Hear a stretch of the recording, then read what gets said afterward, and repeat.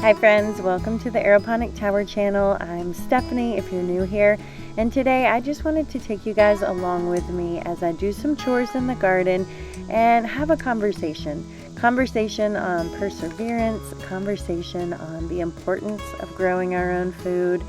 And right now is the peak time for the gardens, meaning it's the peak time for bugs, it's the peak time for diseases, it's the peak time for harvests. The bounties are great, but the work is also great. And it's during these times that I often see people become frustrated and want to give up on gardening, because it gets hard. It gets hard this time of year, and if you're not staying on top of the pests and the disease, you will start to lose your plants, which is frustrating. So I am going to talk a little bit about how I maintain my towers so that I'm not losing my crops and I'm not losing the battle to the pests and the disease.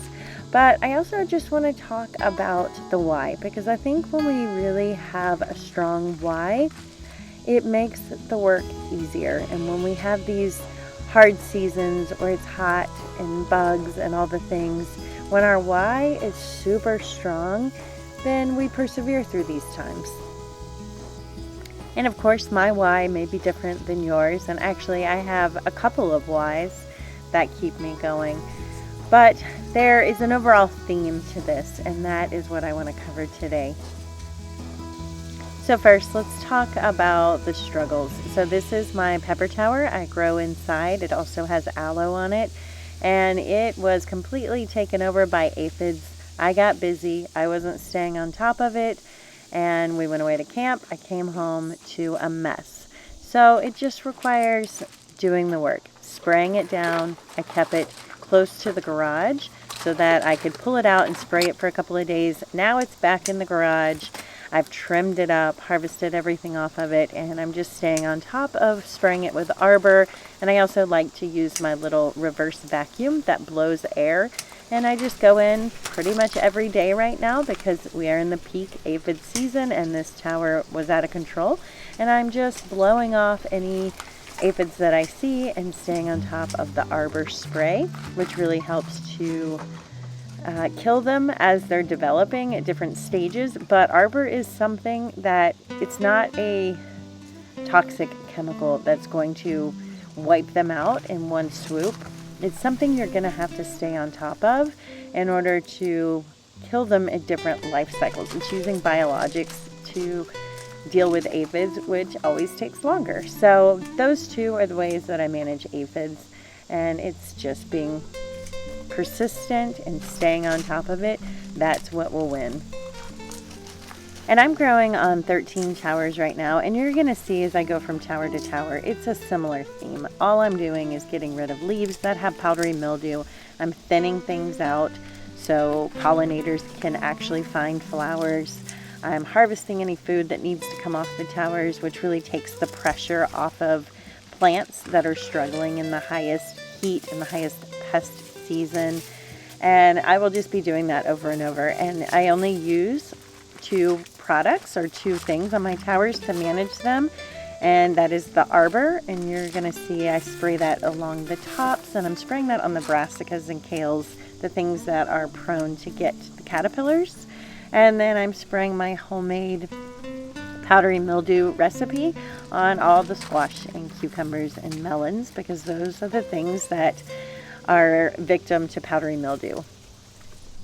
And if you look at the top of this tower, you'll see some algae growing. That is classic to hydroponics. So don't worry about that. It's completely harmless. It's just when nutrient, water, and light comes together, it's going to grow that algae. And it's easy to wash off with the hose. A lot of times this time of year, I don't even fuss with it.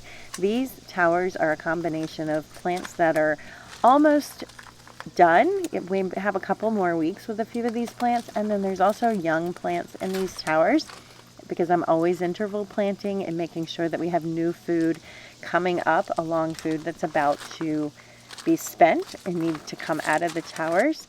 And the way you manage that is when it comes time to clean these towers, I use a plug-in pressure washer. Makes it super simple.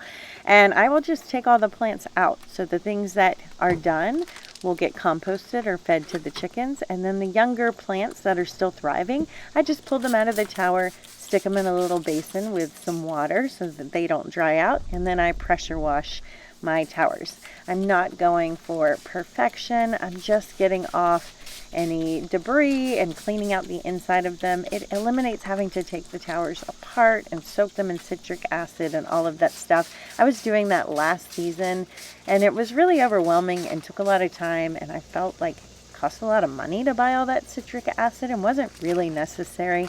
I don't need my towers to be brand new looking, because the reality is within a couple of weeks of putting plants back into them, we're growing food.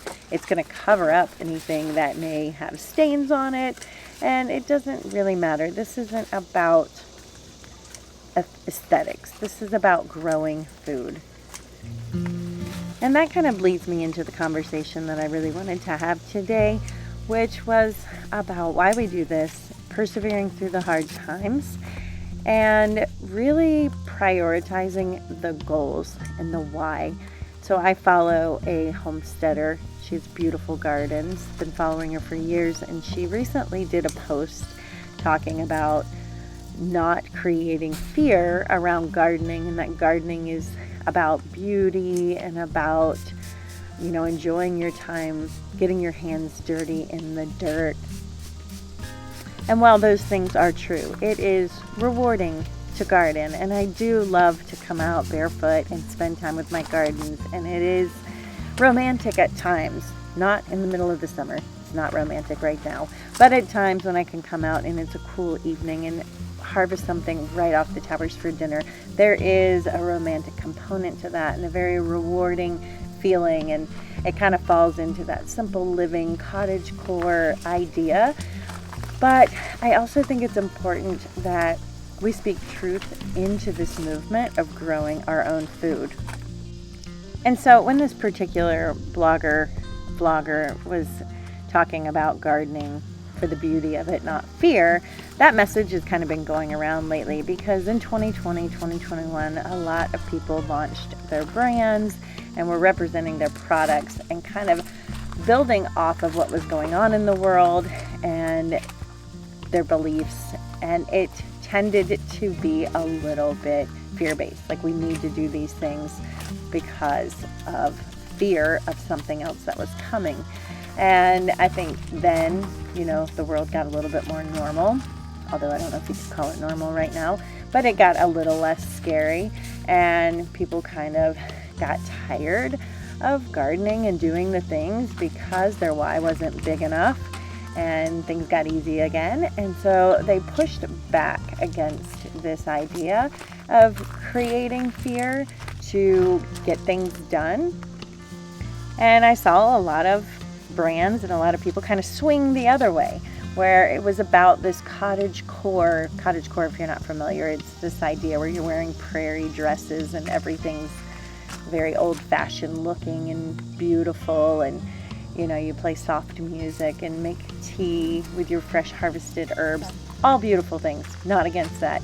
But it's like the pendulum swang the other way, and it was just about beauty and about this idea of simple living. And I think that's a dangerous place to land as well, because it's not simple and it's not easy. And when we create this idea that it's super easy and romantic and we aren't going to have struggles, then when it gets hard, people want to bail and go back to the old ways. We have been programmed to have comfort. We have been programmed to have instant gratification when it comes to the foods we want to eat and the things we want to do and the things we want to buy. We get instant gratification in this world. And when you're growing your own food, that's not reality. Food takes a long time to grow. It takes work. It takes perseverance in the hottest seasons.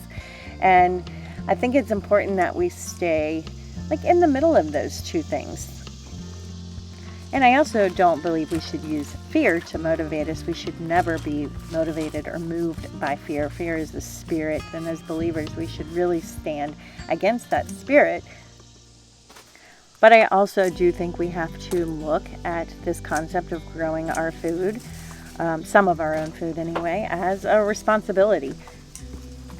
Because the truth is, when we are operating out of fear, it's because we haven't done something in order to prepare our homes, and we're caught off guard.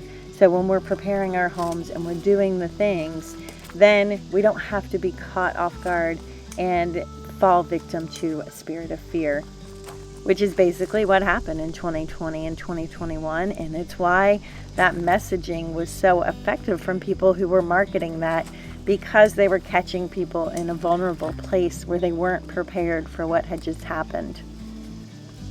So I want to read you one of my favorite scriptures, and it's a scripture that I think is often overlooked as a woman who is living a prepared life, a life of biblical principles, of making sure she's doing the things daily to provide for her family. And this scripture is about preparedness, and that's often missed. I rarely ever hear anybody talk about that is actually what's going on in this scripture. So I want to read you guys this scripture today, because it is this scripture that is my reminder of why we reap what we sow, right? And in this scripture, if you'll notice as I read it, there's a back and forth. There's this action that's happening of this woman who's done something to prepare, and then there's this reward. What is the reaping what she sows for doing that action? And so here is the Proverbs 31 woman. Who can find a virtuous woman? For her price is far above rubies. The heart of her husband does safely trust in her, so that he shall have no need of spoil. She will do him good and not evil all the days of her life. She is like the merchant's ship. She bringeth her food from afar. She riseth also while it is yet night, and giveth meat to her household and a portion to her maidens.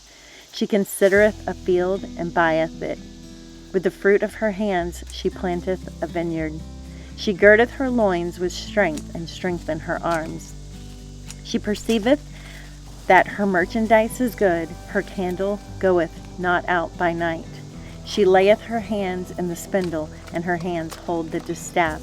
She stretcheth out her hand to the poor, yea, she reacheth forth her hands to the needy. She is not afraid of the snow for her household, for all her household are clothed with scarlet. She maketh herself coverings of tapestry, her clothing is silk and purple. Her husband is known in the gates, when he sitteth among the elders in the land. She maketh fine linen and selleth it, and delivereth girdles unto the merchant. Strength and honor are her clothing, and she shall rejoice in time to come. She openeth her mouth with wisdom, and in her tongue is the law of kindness. She looketh well to the ways of her household, and eateth not of the bread of idleness. Her children arise up and call her blessed, her husband also, and he praiseth her. Many daughters have done virtuously, but thou excellest them all. Favor is deceitful, and beauty is vain, but a woman that feareth the Lord, she shall be praised. Give her of the fruit of her hands, and let her own works praise her in the gates. And so that personally is my why. When I look at that scripture and I reflect on what it's really saying, it's saying this is a woman who's doing the things. She's doing the things to make sure she has a prepared home, that her children stay warm, that the people in her life are well fed due to the works of her hands. She hasn't fallen victim to idleness. And friends, that is the world we live in. We live in a world where we have traded our health and the health of our families for the sake of convenience. When you walk in a grocery store, the amount of food that is actually healthy for your body is probably less than about 5% at this point, because even the fresh foods are becoming tainted through mutations and pesticides and herbicides at this point, and organic standards are barely even a thing anymore. And there's a price to pay for those conveniences. Anytime we are trading a convenience, we are paying the price financially, physically, and spiritually. And so that was my message today. Thank you for joining me. My prayer is that as it gets hard, that you remember these scriptures and these words, and the why is so big that the hard feels rewarding.